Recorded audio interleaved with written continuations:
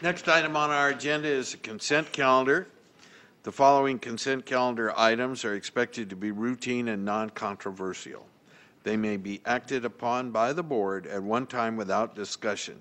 Any board member, staff member, or interested person may request that an item be removed from the consent calendar for discussion and consideration. I have no request to move anything from the board members. Is there anyone in the audience that would like to move a consent item to the regular calendar? May I have a motion? Move approval. Thank you. A second. We have a motion and a second. Further discussion? All those in favor of the motion, please say aye. Aye. Aye. Opposed? Motion carries unanimously. Thank you, ladies, gentlemen. Next item on our agenda is item R6, General Government Administrative Office Board of Supervisors. 1, receive a legislative update and consider action on specific legislation related to Shasta County's legislative platform, and 2, to receive supervisors' reports on countywide issues. Mr. Lees. Supervisor Giacomini, would you like to start off? Certainly, thank you. I attended in Leonard's place because he is the appointed member, but I attended as the alternate the Sacramento River Conservation Area Forum last Thursday. And I have a packet of information that we can leave with the clerk. One of the things that they are working on is actually a safe harbor agreement. It used to combine both state and federal species. They now have removed all of the stateside species because the new Department of Fish and Wildlife for California was having some issues. So they've focused it down to just dealing with basically 2 endangered species on the federal level. And actually, it's kind of going to be out for comment. They hope to take action on it at their April meeting, I believe, Leonard. So we definitely want to review that and make any comments. It's a pretty well done document at this point. And the other thing, I would just like to invite everybody up if you want to come to beautiful MacArthur on Saturday. Like Shasta County Farm Bureau is having their 3rd annual ranch rodeo, and this is held in the beautiful Jennifer Skuse Pavilion at the fairgrounds, and it helps support both of the pavilion and the fair. And that's it. Thank you, Supervisor Giacomini. Supervisor Modi. Yes, thank you. I attended the Shasta Regional Transportation Agency meeting along with Supervisor Giacomini and yourself. I attended the Air Pollution Control Board with Supervisor Kehoe and Supervisor Baugh, along with our 2 new members from the cities. Attended the NACWA annual meeting in Chico and participated in the Northern Sac Valley IRWM board meeting on yesterday, and just wanted to let people know that we're moving forward very well with our plan. We have about 7 chapters. 2 of the chapters we sort of did the final draft at our meeting yesterday, which will then become available to the public on the website. So people are welcome to review that and offer more comments. There still will be opportunity for the public to give comments during the next several months as we wrap up the plan and complete all 7 chapters. And then finally, last week I took the time to, I guess, sort of call Caltrans under the carpet about their paving operations between Cottonwood and Red Bluff, because they seemed quite unfinished to me. Well, I was correct. They are unfinished. I had an opportunity actually to talk to Denise Jurgensen, who's the PIO for Caltrans, and then also with Sam Shepard, who's the resident engineer out of Red Bluff. And he took the time to inform me that the project was actually done over 2 seasons because it's so lengthy and they couldn't get it all done in 1 year. There are 2 stages left to be done on the area on I-5 near Cottonwood. The first is to grind and repave the northbound I-5 lanes between Red Bluff and Hooker Creek Road and between Cottonwood Creek Bridge and the Gas Point overcrossing. And then they will come back and place the final wear surface on the south northbound lanes of I-5, and will be the completed look that we're all used to, where your pavement seams are in the center of the road, your striping will all be completed properly, and it will look like a brand new road between here and Red Bluff. They hope to commence this operations in May and have a tentative completion date in September of this year. So I was very pleased to hear that all that work that they've done is just the partial stage, and they will do the final covering of that roadway, and it should be very nice. So I want to thank Mr. Shepherd for taking the time to talk to me about it. Thank you, Supervisor Modi. I attended the Health Collaborative meeting, and Ms. Bradshaw gave a report earlier. We were successful. One of the things that was mentioned to me at this meeting was that the state people told our representatives that this was purely a political decision on the part of the state of California. And so I think that speaks accurately of the influence, to a degree, that a Board of Supervisors may exert on state activities. So we're very pleased with the outcome. Supervisor Baugh.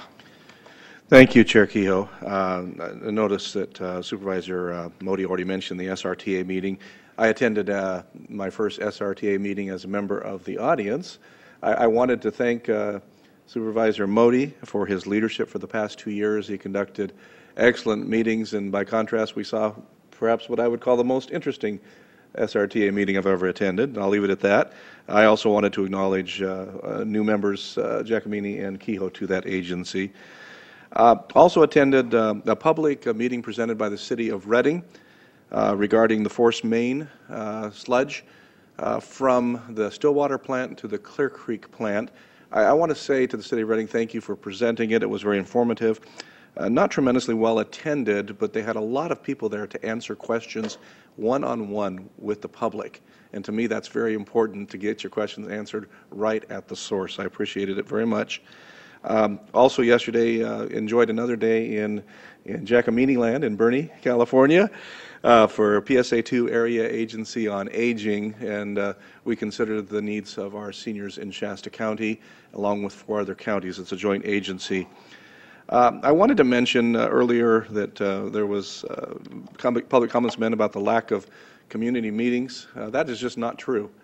Community meetings are frequent in Shasta County and by all members of the Board of Supervisors.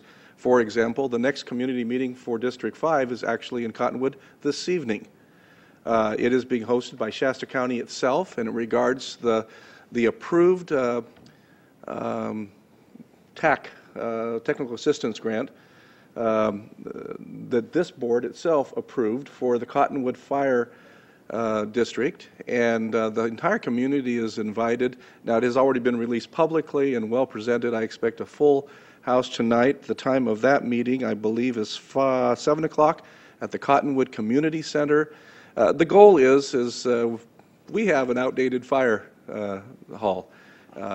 It's the original, the antique, and it's wonderful as a historic building, but no longer capable of housing a modern-day fire department. And the goal is to eventually build a community resource center in Cottonwood. So, Cottonwood folks, I would encourage you to turn out. This is your time to find and add your own thoughts about that particular issue. The next Cottonwood Community Town Hall, which is more general in nature, is scheduled for the 27th at the Cottonwood Community Center of this month. It's at 5:30. Now, the meeting itself actually starts at 6 o'clock, but we encourage people to come at 5:30, spend, I think, $8. The money goes for the spaghetti feed goes back to the community center itself, and it is then reused, if you will, in the community of Cottonwood. The community center in Cottonwood is not a government agency, and it's entirely supported by community dollars. No government agency supports that.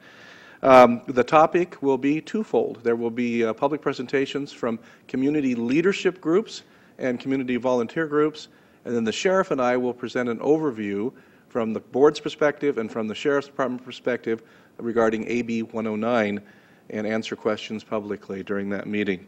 Thank you very much. Thank you, Supervisor Baugh. Supervisor Chappelle. Yeah, I attended a meeting yesterday for the Shasta Lake Business Owners Association, which is pretty much made up of the resort owners up there and also the cabin and campground owners. And they did have a representative from the Bureau of Recommendation and a Bureau of, there we go. Thank you.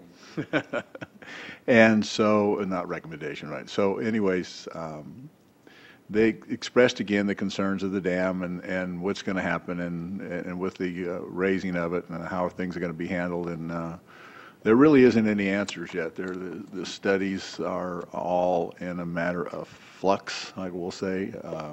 There's nothing been actually produced. It's concrete.